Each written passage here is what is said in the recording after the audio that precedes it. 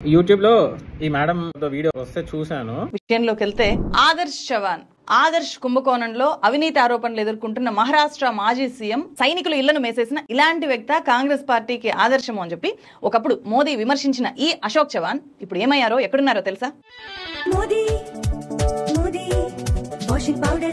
ఆ సోకాల్డ్ ఆదర్శ్ అశోక్ చవాన్ 2024 ఫిబ్రవరిలో బీజేపీలో చేరితే వెంటనే ఆయన్ని రాజ్యసభకు పంపించారు. ఇప్పుడు ఏకంగా ఆయన బీజేపీకి star campaigner. So why washing machine party again excellent point. అది బీజేపీలోకి కాంగ్రెస్ లో నుంచి స్కాములు చేసి లేకపోతే వేరే ఏ పార్టీ నుంచి అయినా స్కాములు చేసి వచ్చిన వాళ్ళకి వీళ్ళ పార్టీలోకి తీసుకోగానే క్లీన్ అయిపోయినట్టు అన్నట్టుగా ఆమె చెప్తున్నారు. ఎక్సలెంట్ పాయింట్ అది. మహారాష్ట్రలో ఉండే అమరావతి ఎంపీ స్థానం నుంచి ఆమె ఇండిపెండెంట్ అభ్యర్థిగా కాంగ్రెస్ ఎన్సీపీ మద్దతుతో గెలిచారు.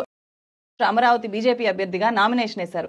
సో వేరే కాంగ్రెస్ లో నుంచి బీజేపీలోకి రాగానే వాళ్ళు క్లీన్ అయిపోయినట్ట. సో బీజేపీకి ఎందుకు ఓటేయాలి అన్నారు. సూపర్ పాయింట్ అది. అసలు వేరే ఏదైనా థర్డ్ ఆల్టర్నేటివ్ పార్టీ ఉంటే నేషనల్ పాలిటిక్స్ లో మీరు చెప్పింది వాస్తవం. అది ఇప్పుడు ఉన్నవే రెండు పార్టీలు, దీనికి ఓటేయొద్దు అంటే ఆల్రెడీ స్కామ్ చేసి వచ్చిన పార్టీకి ఓటేయమన్నట్టుగా ఉంది. అక్కడ బీజేపీ తీసుకుంది కాబట్టి బీజేపీకి ఓటేయొద్దు, మరి స్కామ్ చేసి వచ్చిన కాంగ్రెస్ కి ఓటే ఎట్లా వేయమంటున్నారు? ఆ లాజిక్ నాకు అర్థం కాలేదు మీరు చెప్పింది. ఇక్కడ నాకు పార్టీతో సంబంధం లేదు, బీజేపీ కాంగ్రెస్ అని. కేవలం ఆ లాజిక్ నేను అడుగుతున్నా. సో మీరు ఎలా చెప్పుండాల్సింది అంటే స్కామ్ చేసి వచ్చిన పార్టీ కాంగ్రెస్కి కానీ లేకపోతే తీసుకుంటున్న బీజేపీ కానీ ఇద్దరికి ఓట్లేయకండి, వేరే థర్డ్ ఆల్టర్నేటివ్ పార్టీ కానీ ఏదైనా వేరే నోటాకో అట్లా చూసుకొని వేయండి అని చెప్పుంటే బాగుండేది.